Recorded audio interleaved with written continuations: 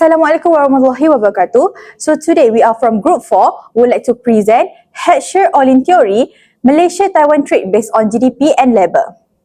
So for introduction, as we know, trade reflects a country's economic strengths and resources. We are analyzing the trade relationship between Malaysia and Taiwan using a classic economy lens, the Heckscher-Ohlin model.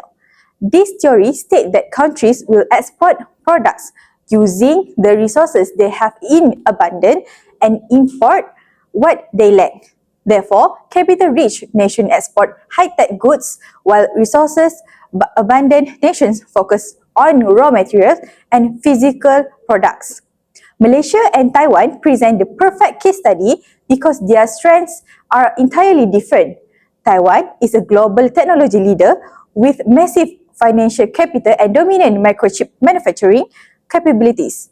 Conversely, Malaysia possesses abundant natural resources like oil and gas, ample land, and a rapidly growing skilled workforce. Real-world trade data prove this theory was correct. Taiwan primarily export capital-heavy, high-tech products like advanced integrated circuits and machinery to Malaysia.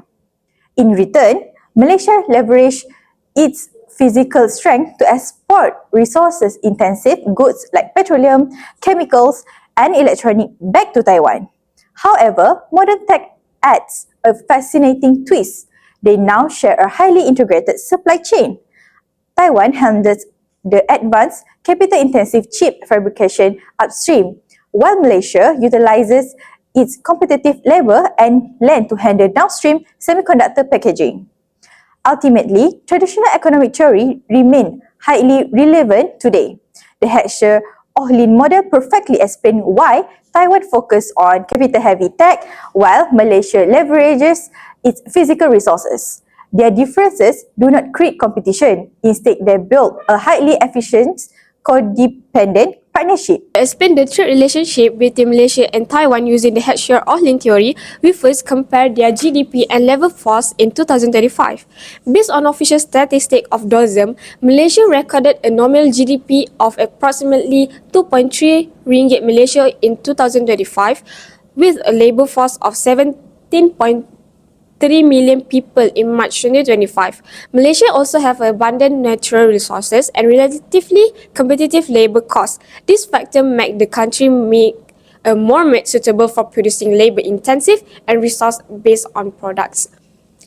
On the other hand, according to DGBAS, Taiwan recorded a nominal of 26.8 trillion new Taiwan dollar in 2025 with a labor force of 12 million people. Although Taiwan has a smaller workforce than Malaysia, its workers are highly skilled and the country has a strong capital investment and advanced technology, particularly in semiconductor manufacturing. According to the HO theory, countries tend to export goods that intensively use their abundant production factors. Therefore, Malaysia has a comparative advantage in exporting products such as palm oil, petroleum, and rubbers, while Taiwan is specialized in exporting semiconductor and other high technology products. So, in conclusion, the difference in GDP, labor characteristic, and factor endowments explain why Malaysia and Taiwan specialize in different industries. This specialization promotes bilateral trade and allows both countries to gain from exchanging goods in which they have a comparative advantage.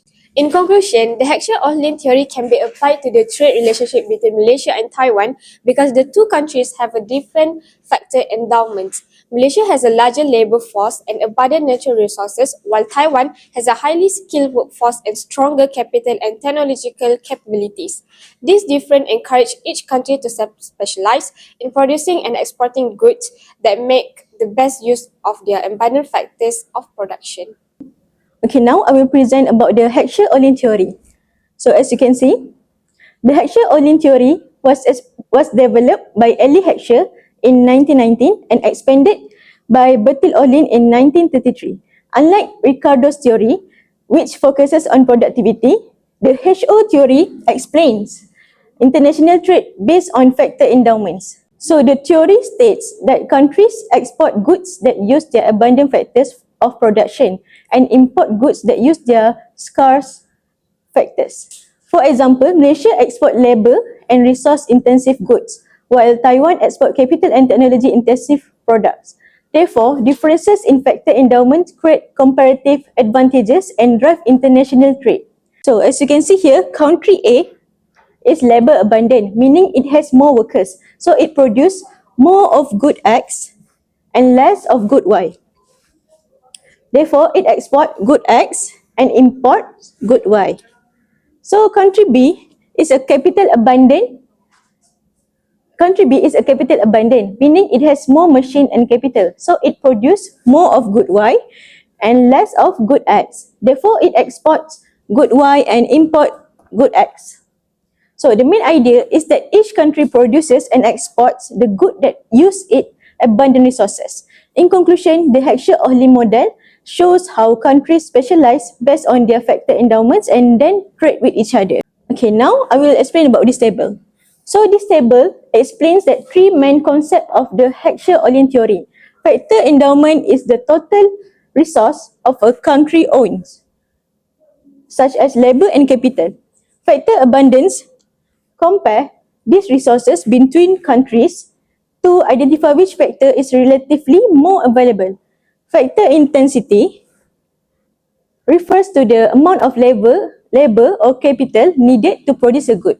These examples of concepts explains why Malaysia export labor and resource intensive goods while Taiwan export capital and technology intensive goods.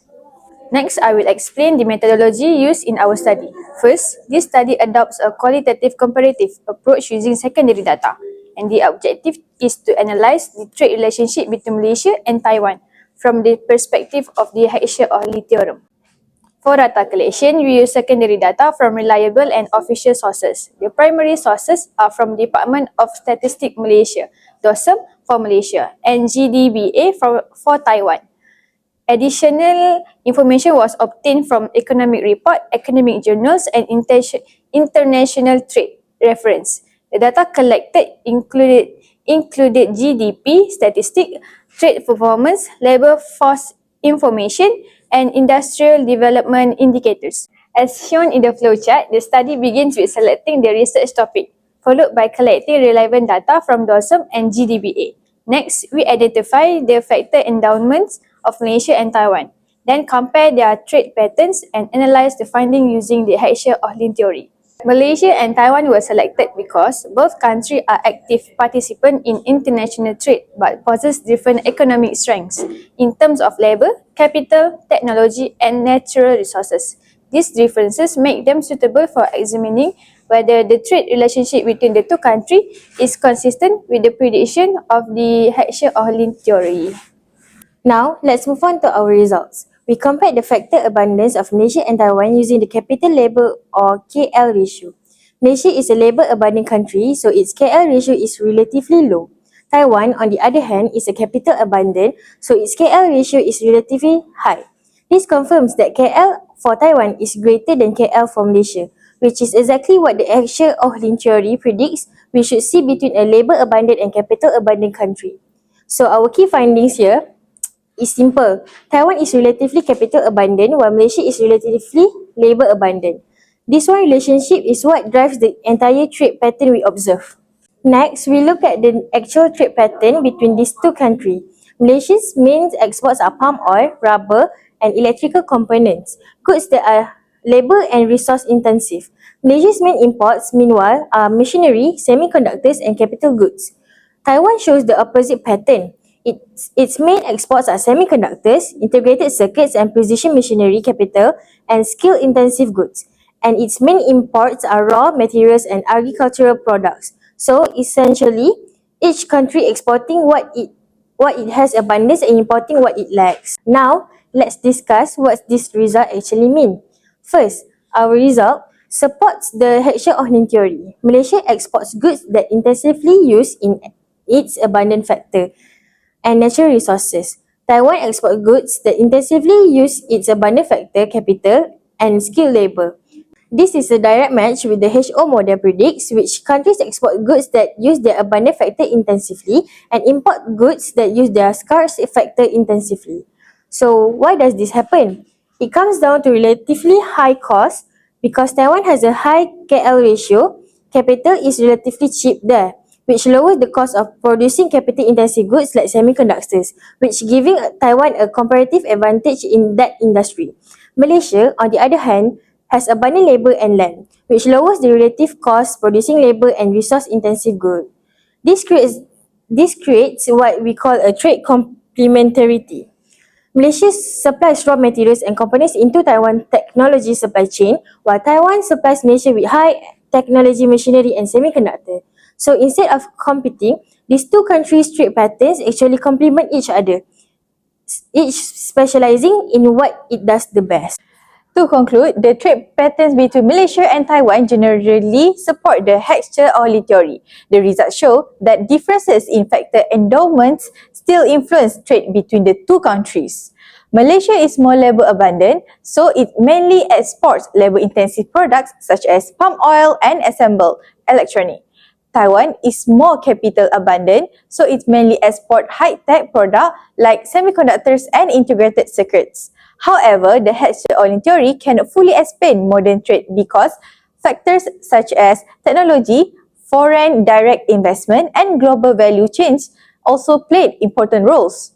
Overall, the Heckscher-Ohlin theory is still useful for explaining trade patterns, but it should be used together with other factors to better understanding international trade today.